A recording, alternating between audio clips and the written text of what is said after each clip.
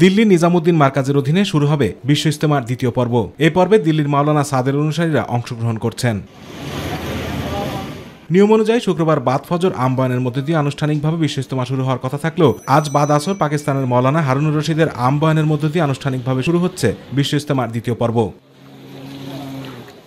এর আগে সকাল 10টা থেকে ময়দানে খিত্তায় তালিম হয়। বিদেশি সাথীদের আলাদা আলাদা ভাষায় তালিম দেওয়া হয়। বাদ জোহর ময়দানে আগত মুসল্লিদের উদ্দেশ্যে বয়ান করেন বাংলাদেশি মাওলানা মোশাররফ হোসেন।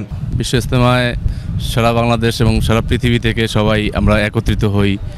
এখানে দাওয়াতের হালত শোনা হয় যে নবীওয়ালা মেহনত, সেই মেহনত নিয়েই এরকম সেই মেহনত জোবারা এরকম ইলিয়াস সাহেব রহমতুল্লাহ আলাই এরকম জিন্দে করছেন। সেই মেহনত, সেই উদ্দেশ্যই এখন পর্যন্ত এই ইজতেমা, বিশ্ব ইজতেমা চলতেছে। জাহান্নাম থেকে কিভাবে জান্নাতে পাওয়া যাবে এই বিষয়ে কিছু ঈমান আমল শেখার জন্য, চেষ্টা করার জন্য আসি। নবীদের সমস্ত নবীদের এটাই কাজ ছিল, তারা এসে এই কাজটা করছেন, মানুষকে বুঝাইছেন, আল্লাহ তাআলার সঙ্গে মানুষ সম্পর্ক করে দিয়েছেন, দিলের উপর মেহনত করছেন।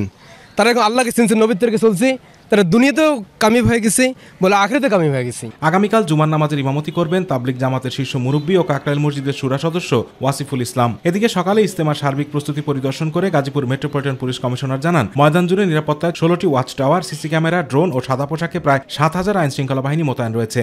ডেভিল হান্টের নামে আমরা যেই অভিযান চালাচ্ছি, সেই অভিযানের প্রেক্ষিতে আপনার এখানে এসে ভর করছে, আপনাকে অস্থিতিশীল করার চেষ্টা করছে, আপনারা সেটি লক্ষ্য রেখে আমাদের হাতে ধরিয়ে দিবেন। একটি নিরাপত্তার চাদরের মাধ্যমে এই দেশের মানুষের, ধর্মপ্রাণ মানুষের যে ইজতেমাটি সুন্দরভাবে সম্পন্ন করতে চাই। রবিবার আখেরি মোনাজাতের মধ্য দিয়ে শেষ হবে এই বছরের বিশ্ব ইজতেমা।